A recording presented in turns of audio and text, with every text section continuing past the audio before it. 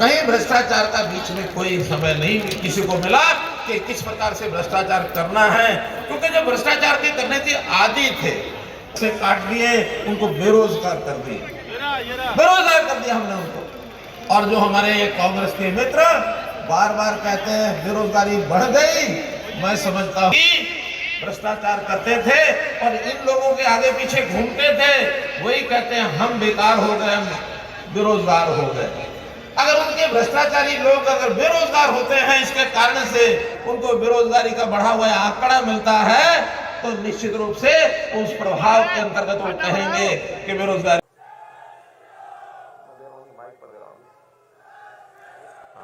मित्रों, एक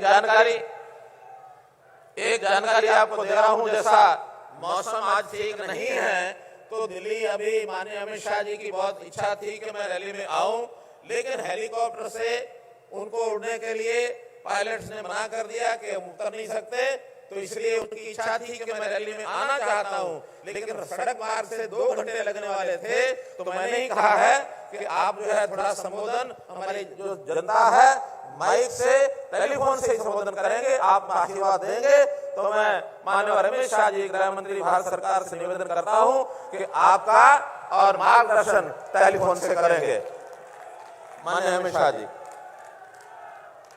गृह मंत्री अमित शाह जी की रैली थी, रैली तो हुई लेकिन अमित शाह खुद अपनी रैली में नहीं आए। ये लाइव तस्वीरें आपने देखी सोनीपत के गुहाना की, जहां पर पिछले कई दिनों से, कई हफ्तों से हरियाणा बीजेपी पूरी तैयारियों में जुटी हुई थी कि अमित शाह जी की रैली है और उसको सफल बनाना है। लेकिन खराब मौसम था, खराब मौसम के चलते ना भीड़ जुट पाई और ना अमित शाह जी आ पाए। फोन से अमित शाह जी ने अपना संबोधन कुछ एक लोग जो वहां पर मौजूद थे उनको दिया और उन्होंने बताया कि अचानक मौसम खराब हो गया, जिसके चलते वे नहीं आ पाए। मोदी सरकार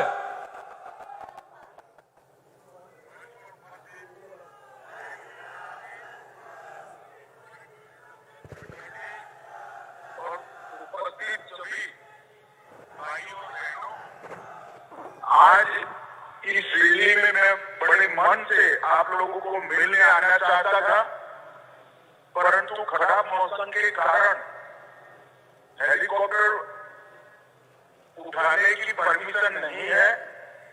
मैं गाड़ी से आने के लिए भी निकला, मगर 2 घंटे तक वहां पर भी मौसम गिर रहा है, बारिश होने की संभावना है। तो मनोहर जी का निवेदन था कि मैं टेलीफोन पर ही आपसे बात करूं। मित्रों, आने वाले दिनों में आज हमने जो गोहाना में रैली रखी है, उसका मकसद है 2024 में चुनाव में हरियाणा की सभी सीटों पर कमल खिले और हरियाणा की जनता फिर से एक बार माननीय नरेंद्र मोदी जी को प्रधानमंत्री बनाने के लिए वोट करे।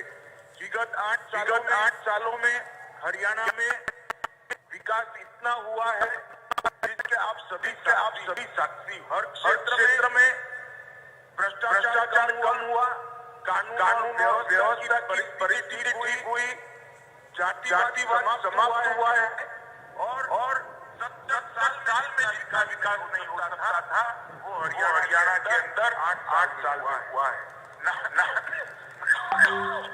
ना नौकरियों के लिए करप्शन है, ना ठेकों के लिए करप्शन है, और पढ़े लिखे सरपंच अब हरियाणा को आगे बढ़ा रहे। भाइयों बहनों, आज मैं आ नहीं पाया हूँ, मगर नजदीक के भविष्य में ही मैं गोहाना आकर आपको जरूर मिलूंगा और हम सब मिलकर फिर से एक बार नरेंद्र मोदी जी को प्रधानमंत्री बनाने के लिए पुरुषार्थ करेंगे।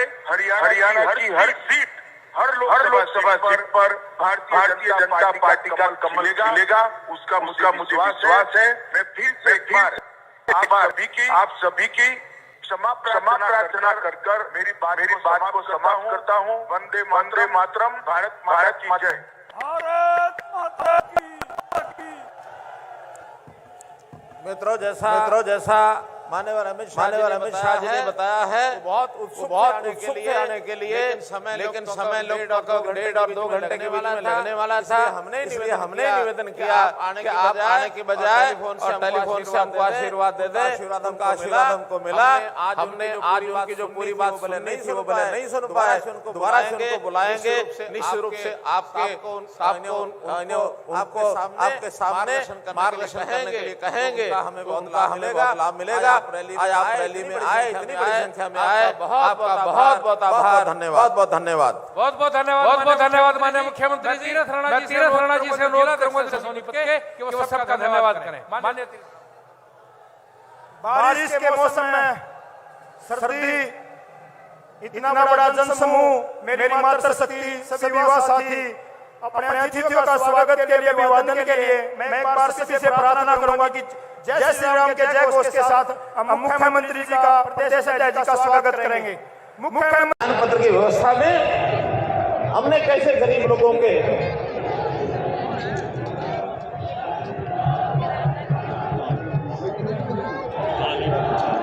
परिवार पहचान पत्र के माध्यम से हमने आयुष्मान योजना को आगे बढ़ाते हुए गरीब लोगों को जिनकी आय सीमा 1,20,000 रुपया होती थी उसको 1,80,000 रुपया बढ़ा करके 15 लाख से 29 लाख परिवारों को 5 लाख रुपए का जो आर्थिक बीमा, जो उनके स्वास्थ्य का बीमा मुफ्त में, वो उनको लागू कराया है। इसी प्रकार परिवार पहचान पत्र के माध्यम से जो गरीब परिवार हैं, 1 लाख से नीचे जिनकी आय है, उनके लिए हमने कैंप लगाया। कैंप लगा करके उनको रोजगार देने की व्यवस्था की। हमने आखिरी ट्रेन तक पानी पहुंचे, इसलिए पानी का प्रबंधन अच्छा किया, पानी को बचाया और आखिरी ट्रेन तक पानी पहुंचाया है। हमने जिन फसलों की कीमत कम हो जाती है, भावांतर भरपाई योजना ये हमने लागू की ताकि कहीं अगर कमी पड़ती है, बाजरे की कीमत बाजार भाव MSP से कम था, हमने एक बार 600 रुपया और एक बार 450 रुपया, 2 बार नगद पैसा उनके वहां भेजा। स्पोर्ट्स में हमने पॉलिसी बनाई और ऐसे आउटस्टैंडिंग जो स्पोर्ट्स पर्सन है उनको सीधी भर्ती 550 पोस्टें उनके लिए लागू की। ग्रुप सी में 3% की जो कोटा था उनका बहाल किया। ग्रुप डी में 10% अपने स्पोर्ट्स पर्सन को ये काम किए। यानी इतना 8 सालों में इतने काम किए हैं मित्रों, याद करते करते हमको भी सारे याद नहीं आते कितने काम हम आगे कर गए हैं। इस प्रकार से हमने गृह मंत्री अमित शाह जी की रैली थी। रैली तो हुई लेकिन अमित शाह खुद अपनी रैली में नहीं आए। ये लाइव तस्वीरें आपने देखी सोनीपत के गुहाना की, जहां पर पिछले कई दिनों से, कई हफ्तों से हरियाणा बीजेपी पूरी तैयारियों में जुटी हुई थी कि अमित शाह जी की रैली है और उसको सफल बनाना है। लेकिन खराब मौसम था, खराब मौसम के चलते ना भीड़ जुट पाई और ना अमित शाह जी आ पाए। फोन से अमित शाह जी ने अपना संबोधन कुछ एक लोग जो वहां पर मौजूद थे उनको दिया और उन्होंने बताया कि अचानक मौसम खराब हो गया जिसके चलते वे नहीं आ पाए। हालांकि हमने पहले कई बार देखा है कि कभी भी अगर इस तरह की कोई बड़ी रैली होती है, मौसम खराब हो जाता है, लेकिन फिर भी जो VIPs होते हैं वो जैसे तैसे कर रैली में जरूर पहुंचते हैं, चाहे देरी से पहुंचे, चाहे हेलीकॉप्टर से पहुंचे या फिर बाय रोड से पहुंचे। लेकिन एक दूसरा मेन कारण यह भी है क्योंकि हरियाणा भर के सरपंचों ने इस रैली का विरोध करने का ऐलान किया हुआ था, जिसके चलते गांवों से भी जो भीड़ है वो भी वहां नहीं पहुंच पाई। सरपंचों ने यहां तक कि जब मुख्यमंत्री संबोधित कर रहे थे, वहां से अपना संबोधन दे रहे थे, तो सामने खड़े जो सरपंच है वो भी नारेबाजी करनी शुरू कर दी। पुलिस ने उनको रोका, माहौल तनावपूर्ण थोड़ा जरूर हुआ लेकिन उनको साइड में कर दिया गया और मुख्यमंत्री जी ने अपना पूरा संबोधन दिया और अपने जो विकास कार्य है हरियाणा में जितने उन्होंने किए हैं वो भी गिनाए। लेकिन सवाल बड़ा गंभीर है कि आखिरकार अमित शाह जी क्यों नहीं आ पाए? क्या इसका मेन कारण, क्या मौसम का खराब होना था या रैली में भीड़ का ना जुटना था?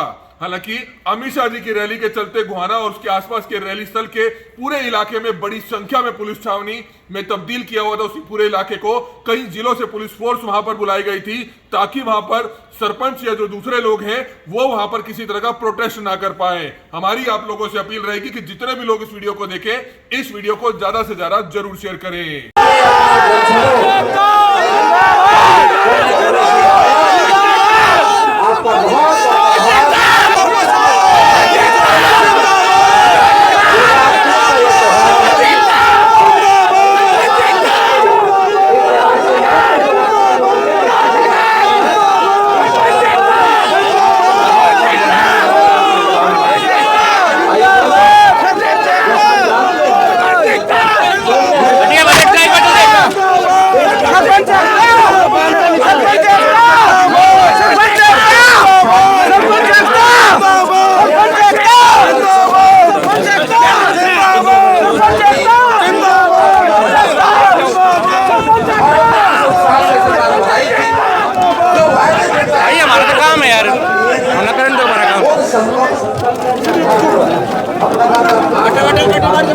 भाई बैठ जाओ अरे बैठो नेतृत्व हमारे श्रद्धेय प्रधानमंत्री नरेंद्र मोदी जी के कुशल नेतृत्व में अमित शाह जी के हमारे प्रभावशाली एक गुणोत्तर योजना का है, उस योजना की जो कार्य चल रही है उसी नाते से हमने भी आपकी सेवा में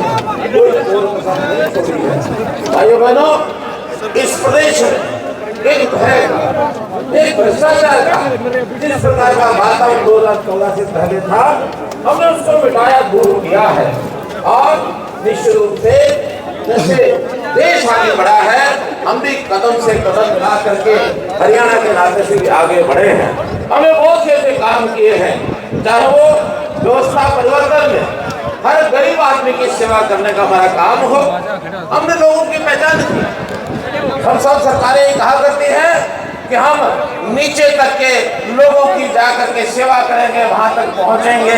हमने वादा किया कि हम पहुंचेंगे नहीं, हम शुरू नीचे से करेंगे और नीचे से शुरू करेंगे तो गरीब की, किसान की, मजदूर की, छोटे व्यापारी की, छोटे उद्योगपति की जो भी सेवा होगी हम भरपूर उनकी सेवा करेंगे।